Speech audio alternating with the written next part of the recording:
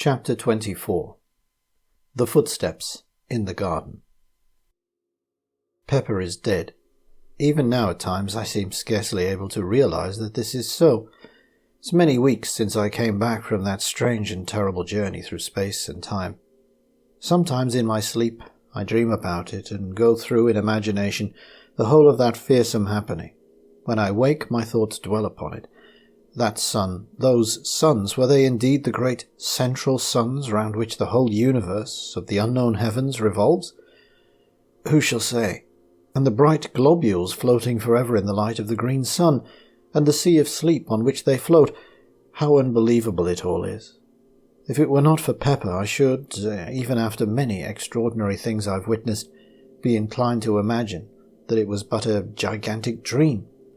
Then there is the dreadful dark nebula, with its multitudes of red spheres, moving always within the shadow of the dark sun, sweeping along on its stupendous orbit, wrapped eternally in gloom. And the faces that peered out at me, God, do they, and does such a thing really exist? There is still that little heap of grey ash on my study floor. I will not have it touched. At times, when I'm calmer, I've wondered what became of the outer planets of the solar system. It's occurred to me that they may have broken loose from the sun's attraction and whirled away into space. This is, of course, only a surmise. There are so many things about which I wonder. Now that I'm writing, let me record that I am certain there is something horrible about to happen. Last night a thing occurred which has filled me with an even greater terror than did the pit fear. I will write it down, and if anything more happens, endeavour to make a note of it at once. I have a feeling that there's more in this last affair than in all the others. I'm shaky and nervous even now as I write. Somehow, I think death is not very far away. Not that I fear death, as death is understood, yet there is that in the air which bids me fear, an intangible cold horror. I felt it last night. It was thus. Last night I was sitting here in my study writing. The door, leading into the garden, was half open. At times the metallic rattle of a dog's chain sounded faintly. It belongs to the dog I've bought since Pepper's death. I will not have him in the house, not after Pepper. Still, I have felt it better to have a dog about the place. They are wonderful creatures. I was much engrossed in my work, and the time passed quickly. Suddenly I heard a soft noise on the path outside in the garden. Pad, pad, pad it went with a stealthy, curious sound. I sat upright with a quick movement and looked out through the open door. Again the noise came. Pad, pad, pad. It seemed to be approaching. With a slight feeling of nervousness I stared into the gardens, but the night hid everything. Then the dog gave a long howl and I started. For a minute perhaps I peered intently but could hear nothing. After a little I picked up the pen which I had laid down and recommenced my work. The nervous feeling had gone, for I imagined that the sound I'd heard was nothing more than the dog walking round his kennel at the length of his chain. A quarter of an hour may have passed. Then all at once the dog howled again, and with such a plaintively sorrowful note that I jumped to my feet, dropped my pen, and inking the page on which I was at work. Curse that dog, I muttered, noting what I'd done. Then, even as I said the words, there sounded again that queer pad, pad, pad. It was horribly close, almost by the door. I knew now that it could not be the dog. His chain would not allow him to come so near.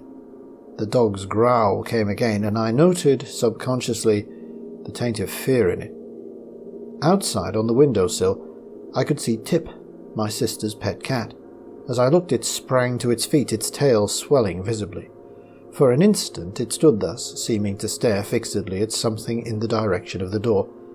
Then, quickly, it began to back along the sill, until reaching the wall at the end it could go no further.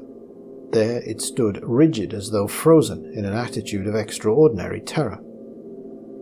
Frightened and puzzled, I seized a stick from the corner and went towards the door silently, taking one of the candles with me. I'd come to within a few paces of it when suddenly a peculiar sense of fear thrilled through me, a fear palpitant and real, whence I knew not nor why. So great was the feeling of terror that I wasted no time, but retreated straight away, walking backwards and keeping my gaze fearfully on the door.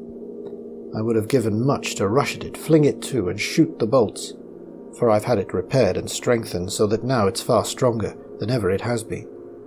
Like Tip, I continued my almost unconscious progress backwards until the wall brought me up. At that I started nervously and glanced around apprehensively. As I did so, my eyes dwelt momentarily on the rack of firearms, and I took a step towards them, but stopped with a curious feeling that they'd be useless. Outside, in the gardens, the dog moaned strangely. Suddenly from the cat there came a fierce, long screech. I glanced jerkily in its direction. Something luminous and ghostly encircled it and grew upon my vision. It resolved into a glowing hand, transparent, with a lambent, greenish flame flickering over it. The cat gave a last awful caterwaul, and I saw it smoke and blaze. My breath came with a gasp, and I leant against the wall. Over that part of the window there spread a smudge green and fantastic. It hid the thing from me, though the glare of fire shone through dully.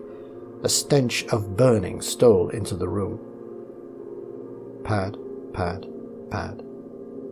Something passed down the garden path, and a faint, mouldy odour seemed to come in through the open door and mingle with the burnt smell. The dog had been silent for a few moments. Now I heard him yowl sharply as though in pain. Then he was quiet, save for an occasional subdued whimper of fear.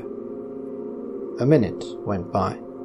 Then the gate on the west side of the gardens slammed distantly. After that, nothing, not even the dog's whine. I must have stood there some minutes. Then a fragment of courage stole into my heart, and I made a frightened rush at the door, dashed it to, and bolted it. After that, for a full half-hour, I sat, helpless, staring before me, rigidly. Slowly, my life came back into me, and I made my way shakily upstairs to bed. That is all.